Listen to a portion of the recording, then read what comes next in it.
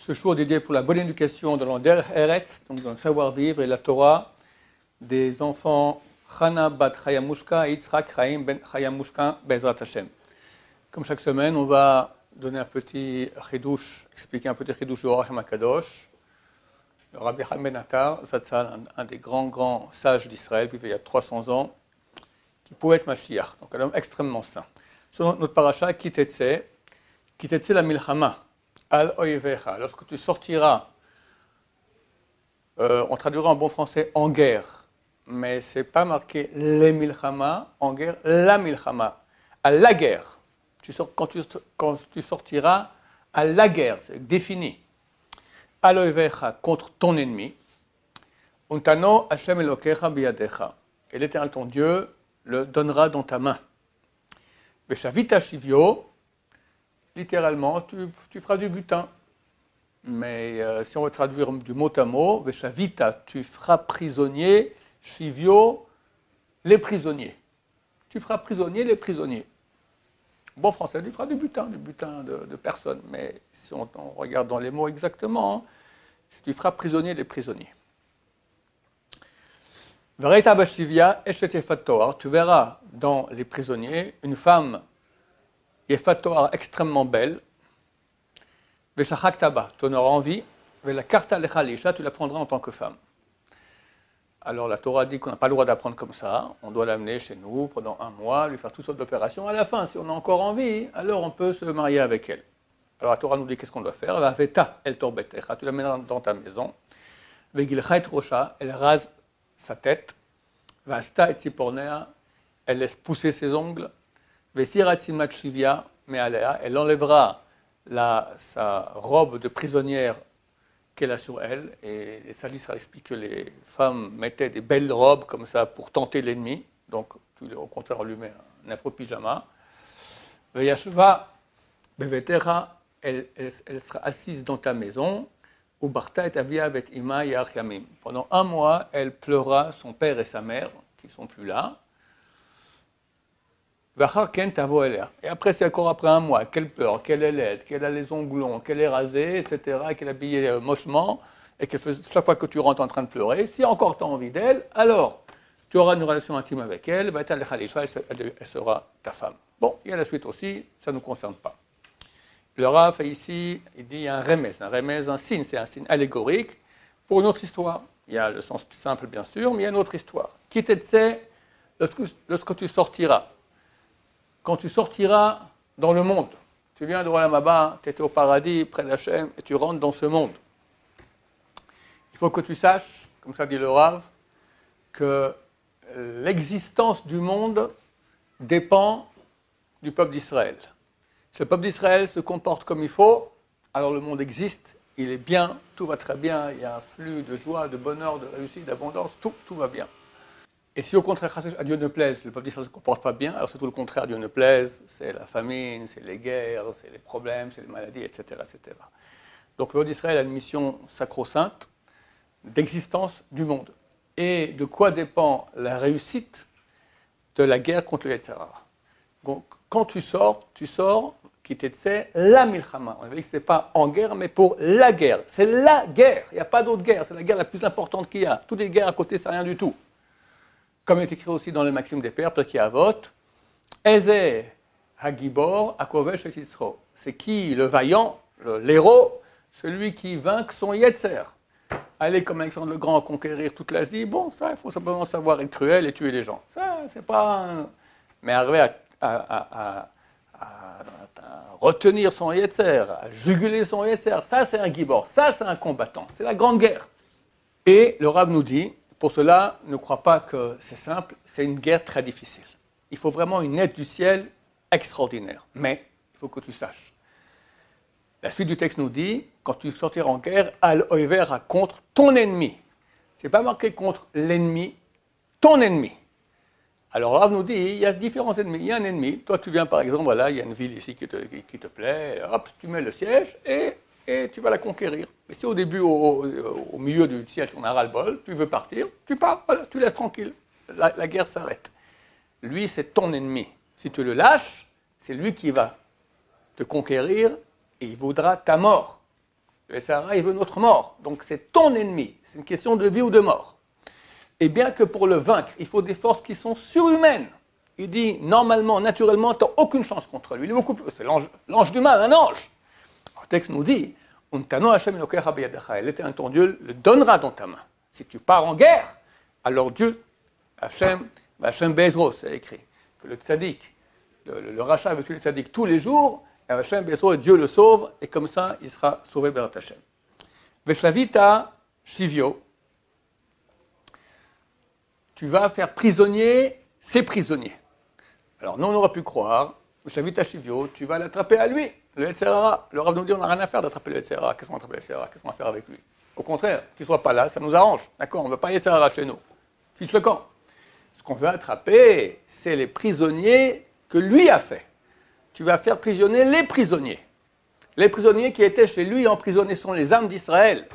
Quand quelqu'un fait un péché, alors il donne une partie de son âme, surtout les péchés tels que Zera Lapada, les Batala, où on dit le nom de Dieu en vain, ou quelqu'un qui jure en vain, tout cela, il prend des parties d'âme de lui et donne au mal, et sont prisonniers du mal.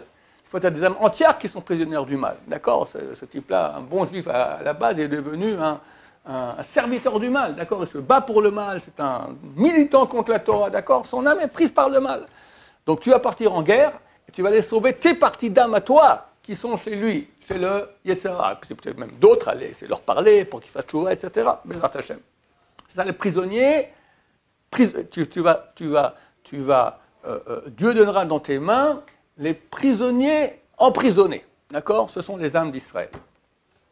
Vereita Beshivia, et tu verras parmi les prisonniers, Eshet Yefatoar, une femme extrêmement belle.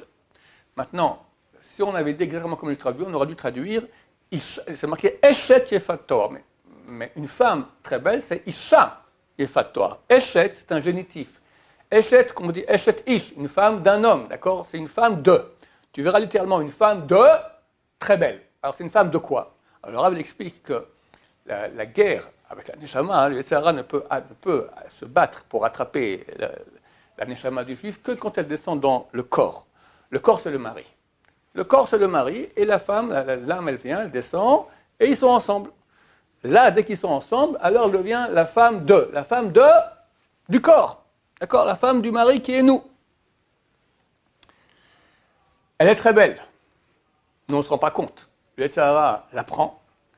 Et quand tu partiras en guerre et tu la libéreras, tu partiras en guerre contre le Yetzer Hara et tu la libéreras, alors tu verras à quel point elle est belle. La Neshama, elle est extrêmement belle. Simplement, lorsqu'elle est prise par le Yetzer Hara, alors on ne se rend pas compte. Et au contraire, ça nous dégoûte même de suivre la Torah. Mais quand on va la libérer, elle va commencer à éclairer et combien c'est bon, combien c'est agréable. Donc tu verras à quel point elle est extrêmement belle. Verachak Taba, et tu en auras envie. L'envie que tu avais, tes propositions du Yetzer Hara, va t'éclater, fais de l'argent, les femmes, les honneurs, les voitures, t'es quelqu'un, toutes ces bêtises-là, tu vas prendre tous ça et toutes ces pulsions d'envie que tu as, tu vas les mettre dans cette femme, Isha Yefatoar, une femme extrêmement belle, ta Neshama.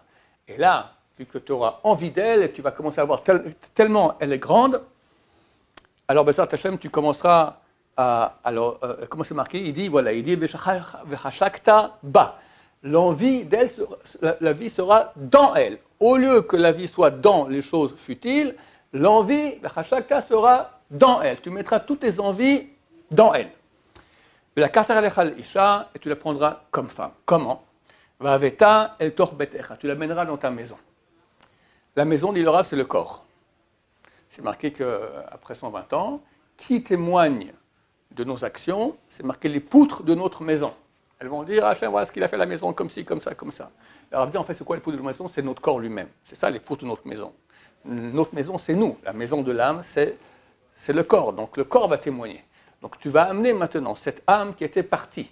Lorsque quelqu'un fait un péché, on avait dit, il donne des parties de son âme au Sitra Achra. Quand quelqu'un se met en colère, c'est marqué que son âme le quitte. Vient à la place une âme du mal qui nous habite. Quelqu'un qui fait un péché, on n'a pas le droit de le regarder, parce qu'à ce moment-là, il est habité par le mal, tu vois le mal. Quelqu'un qui est en colère, idem, d'accord, ou un grand rachat, quelqu'un qui lui-même, il est habité sans cesse par le mal, on n'a pas le droit de le regarder, de regarder sa face. D'accord, il y avait Razonish, à l'époque un peu avant la création de l'État, le Ben Gurion est venu le voir, il a enlevé les lunettes, il ne voulait pas regarder la tête d'un rachat, d'accord, ça touche l'âme, il est habité par le mal. Donc qu'est-ce que tu vas faire? Toi, tu veux maintenant enlever, tu t'es battu contre l'Yetzirah, donc tu ôtes le Yetzirah de chez toi, et au contraire, tu fais revenir maintenant les parties d'âme chez toi, tu l'amèneras dans ton corps. Ce qui était habité, ton âme qui était partie dans le côté du mal, et le mal est venu, au contraire, à la place des parties de Neshama, est venu dans ton corps, là tu mets dehors le mal, et tu fais rentrer de nouveau ta Neshama chez toi. Maintenant, cette Neshama, elle était dans le mal, il faut qu'elle répare. Alors, il y a 3 réparations que nous donne la Torah. Elle fera ses ongles, dans le sens simple, elle les fait pousser. Mais nous, on sait que les ongles, c'est la klipa, c'est des forces impures.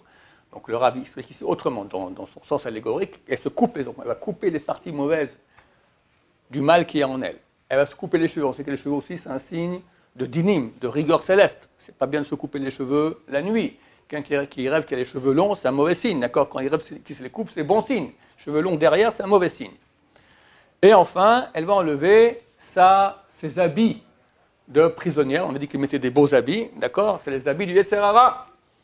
Quand elle était prise par le Yetzirah, elle était enveloppée du Yetzirah. Il faut enlever cette enveloppe pour que maintenant elle fasse tchouva. Et ça, comment on fait ces trois choses-là?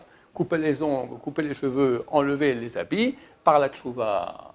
Comment? Elle va pleurer son père et sa mère. Son père, c'est Akadosh Baruch Hu, c'est Dieu. Sa mère, Knesset Israël, c'est la Shrina. Elle va pleurer. Elle va regretter ce que j'ai fait. On pleure, qu'est-ce que j'ai fait? Je regrette le péché que j'ai fait, etc. Pendant 1 mois. Le Rav dit 1 mois de tchouva comme ça, c'est bien, ça suffit. Ou bien, dit c'est le mois de Elul, dans lequel nous sommes maintenant. 1 mois de Elul, on fait tchouva, B'ezrat Hashem, on fait le bilan personnel, on pleure sur nos péchés. Et ainsi, B'ezrat Hashem, on l'amène, donc notre âme, chez nous, à la maison. Elle fait toutes ces choses-là. Après, tu viendras vers elle et tu auras une relation intime avec elle. Tu pourras maintenant rentrer et jouir de ta Neshama. Neshama, c'est une partie qui est divine. Elle est extrêmement bonne. Donc tu pourras jouir avec elle de tout le flux divin énorme qu'il y a quand on s'unit avec elle. Isha, elle sera ta femme. Ou Be'alta, ça veut dire littéralement relation intime. C'est du mot Baal. Baal signifie le mari. Tu seras son homme, tu seras son mari. C'est toi qui vas la diriger. Fini, elle ne pourra plus rentrer. Vous serez ensemble et tu la diriges sans cesse pour se rapprocher et monter toujours plus proche d'Hachem. Et à Triatametim, la résurrection des morts, elle sera ta femme, elle sera là aussi, l'âme reviendra dans le corps pour jouir du monde des ressuscités très bientôt. Baruch Adonai, l'olam, amen va amen.